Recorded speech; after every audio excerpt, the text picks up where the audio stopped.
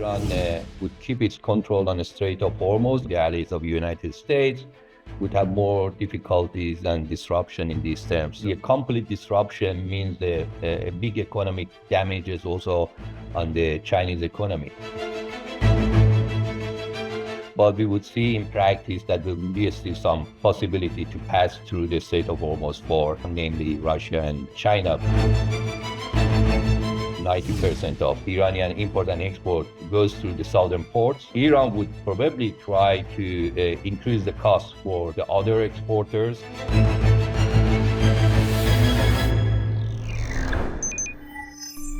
Well, apparently, this would be the natural scenario that we could expect in reaction to lack of willingness of the U.S. administration to initiate and continue a serious negotiation with Iran. So Iran would keep its control on the Strait of Hormuz. Of course, there would be a selective control in a way that the friendly countries could still pass through the Strait of Hormuz, and the others who are basically the allies of the United States would have more difficulties and disruption in these terms. So, well, this is the announcement, of course, but de facto, I mean, as you probably also know, and you reported that the Chinese importers are very much dependent on the Strait of Hormuz. 50% of the China oil come from the Persian Gulf and Strait of Hormuz, and basically a complete disruption means a big economic damages also on the Chinese economy. So in that sense, de facto, we expect that although the announcement of Khatam al-Anbiya Revolutionary Guard is that there will be a full blockage of the Strait of Hormuz in reaction to United States President's statement, but we would see in practice that there will be still some possibility to pass through the Strait of Hormuz for strategic partners of Iran, namely Russia and China, because Iran basically very much reliant on these support of these two countries in international assemblies, and for that reason I would expect that this possibility would be still open for these two countries and a few more.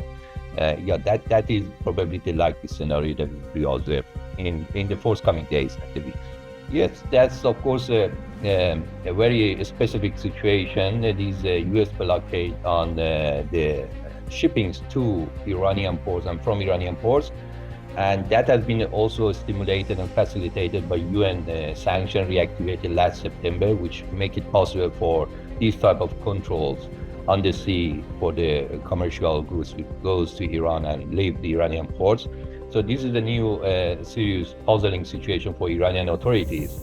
And the reaction would be basically if the U.S. insists on enforcement of these blockade of Iranian ports, which is a very serious economic consequences for Iran, because 90% of Iranian import and export goes through the southern ports, and 70% of its non-oil trade also works through the southern ports. So it would be a very substantial pressure for Iranian macroeconomy in the forthcoming weeks and months. So Iran would probably try to increase the cost for the other exporters from the Strait of Hormuz, other Arab countries, and that would be creating a substantial cost on the global supply of products and oil prices. So in a way, that would be a kind of destructive competition between Iran and United States with respect to these straits. And as you correctly mentioned, who would first reach that threshold level in a way to give up? Well, in the short term, of course, this is something that up to now we see it was working, it was functioning. I mean, it was recognized by or tolerated by the Iran key allies, namely Russia and China, up to the current time, right? Because as I said, de facto Iran is basically letting the shipments toward these countries go through the Strait of Hormuz in order to reduce pressure and demand from their sides on Iran. But in the middle term, the long term, of course, the more longer these disruptions continue from the Iranian side, there would be more international pressure on Iran to open it